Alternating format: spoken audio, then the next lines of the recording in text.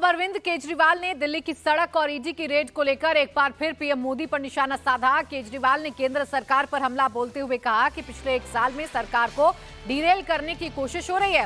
केजरीवाल ने कहा कि सारी ताकत एक पार्टी को खत्म करने में लगाई गई। केजरीवाल ने कहा कि हमने कोई गलत काम नहीं किया तो हम डरें क्यों।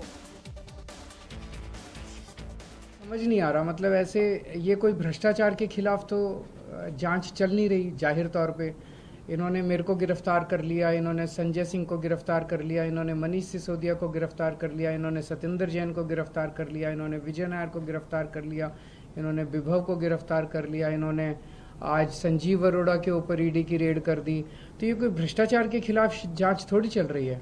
ये तो ऐसे लग रहा है जैसे प्रधानमंत्री जी एक पार्टी के पीछे पड़ गए हैं बुरी तरह से, और जितनी उनके पास ताकत है, एजेंसीज हैं, रिसोर्सेज हैं, सारे के सारे रिसोर्सेज एक पार्टी को और उसके नेताओं को ख़त्म करने के ऊपर लगा दिए हैं। लेकिन हमारे साथ भगवान है, हमारे साथ शक्ति है, तो हमने कोई गलत काम नहीं किया तो हम किस बात से डरेंगे।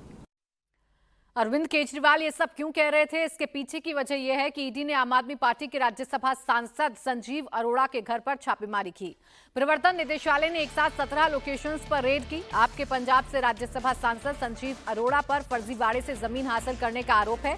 दिल्ली, लुधियाना और जालंधर में ईडी ने छापेमारी की। धोखाधड़ी कर अपनी कंपनी के नाम करोड़ों की जमीन करवाने के आरोप में ईडी ने संजीव अरोड़ा पर मनी लॉन्ड्रिंग का केस दर्ज किया था और इसी सिलसिले में आज अलग अलग 17 लोकेशन पर ईडी ने छापेमारी की है। इसी को आधार बनाते हुए अरविंद केजरीवाल फिर वही नैरेटिव सेट कर रहे हैं और ये कह रहे हैं कि एजेंसियों का दुरुपयोग करके आम आदमी पार्टी को डराने की कोशिश की जा रही है, लेकिन हम डरने वाले नहीं हैं।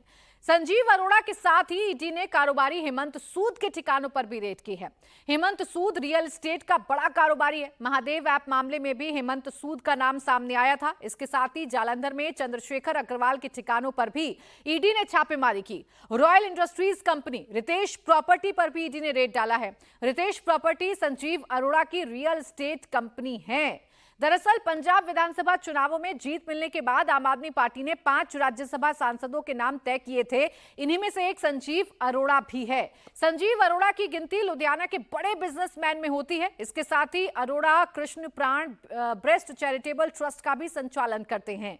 संजीव अरोड़ा का रियल एस्टेट और टेक्सटाइल का कारोबार है, जिसका एक्सपोर्ट अमेरिका तक में होता है। और अब ईडी ने कम से कम तमाम जो ठिकाने हैं उन पर छापेमारी की है और पता लगाने की कोशिश ईडी की तरफ से तमाम सबूतों को जुटाने की कोशिश की जा रही है।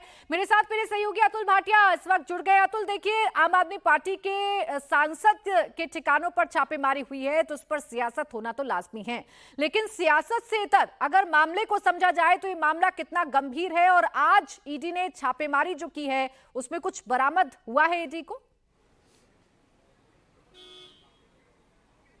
देखिए प्राची, आपसे कुछ देर बाद इस बात की जो पुष्टि है वो ईडी करेगा कि आखिर किस तरीके की बरामदगी इन रेड्स के दौरान की गई है। लेकिन प्राची, ये पूरी जो रेड्स है 17 ठिकानों पर रेड्स थी। इसमें दिल्ली, लुधियाना और इसके अलावा जालंधर के अंदर ये रेड्स जो है वो की गई थी।